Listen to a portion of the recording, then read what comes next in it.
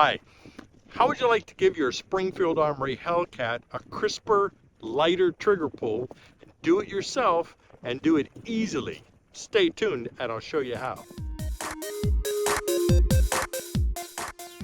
Well, the secret's pretty easy, and it's not that big of a secret.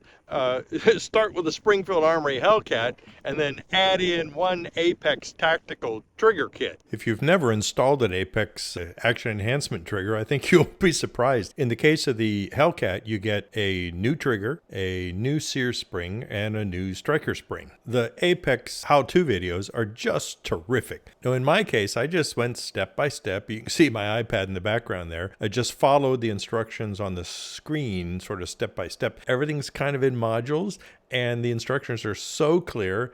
I was a bit surprised to see just how easy complete disassembly was. The locking block comes out as a unit and then sort of detail strips after that. But at this point, we're getting pretty close to taking the trigger out. And here it is on my workbench. There's my iPad right next to me. And if you notice, the trigger pull gauge in the background says 6 pounds, 8 ounces, which is what the trigger pull was before I installed the Apex trigger.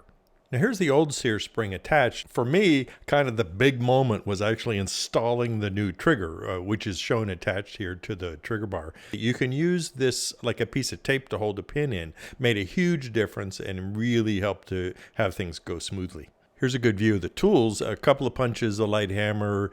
I had a nice nylon bench block and a little bottle of your favorite oil.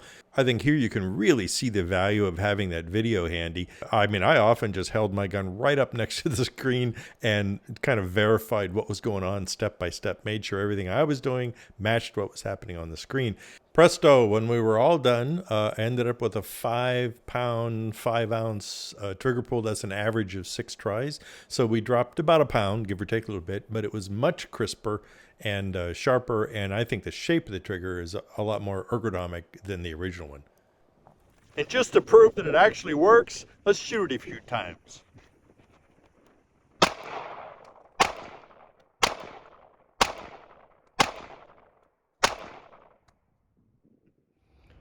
Well, there you have it. A little bit of elbow grease and about 80 bucks gives you a crisp, clean, sharp trigger pull and improves what's already a really good gun. Hey, thanks for tuning in, and I'll see you next time on another First Look.